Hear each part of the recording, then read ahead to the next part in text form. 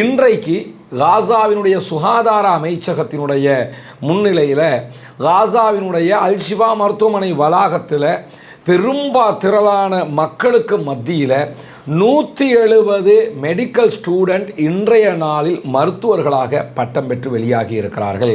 அல்லாஹ் அவர்களுக்கு ரஹமத் செய்ய வேண்டும். எங்கள் நாட்டை நாங்களே மீட்டெடுப்போம் என்கிற மிக தெளிவான கோஷத்தில் பயணிக்கிறவர்கள்.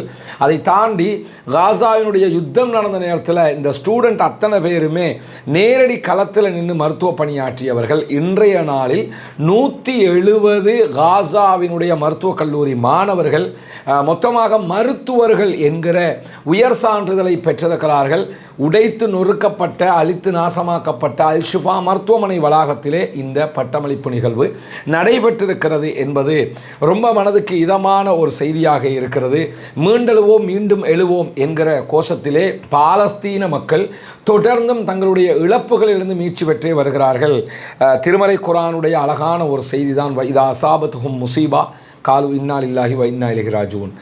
அந்த மக்களுக்கு ஏதாவது ஒரு முசீபத்து, ஒரு கெட்டது நடந்தால் இன்னா லில்லாஹி வ இன்னா இலைஹி ராஜிஊன் என்று சொல்லிவிடுவார்கள். இதே நேரம் ஒரு நல்லது நடந்துருச்சுன்னா மூமின்கள் முஸ்லீம்கள் என்ன சொல்லுவோம்னா, என்ன சொல்லணும்னா அல்ஹம்துலில்லாஹ் என்று அல்லாஹ்வை புகழ வேண்டும். கஷ்டத்திலே இன்னா லில்லாஹ் சொன்னவர்கள் இன்றைக்கு அல்ஹம்துலில்லாஹ் சொல்லுகிற நிலைக்கு மாறிக்கொண்டிருக்கிறார்கள்.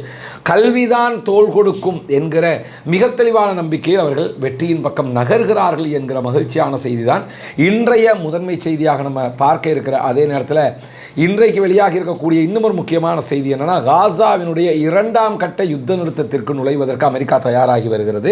ஜனவரி மாத ஆரம்பத்தில் அல்லது ஜனவரி மாத பாதிக்கு பிறகு காசாவினுடைய அமைதி கவுன்சில், பீஸ் கவுன்சில் அறிவிக்கப்பட இருக்கிறது.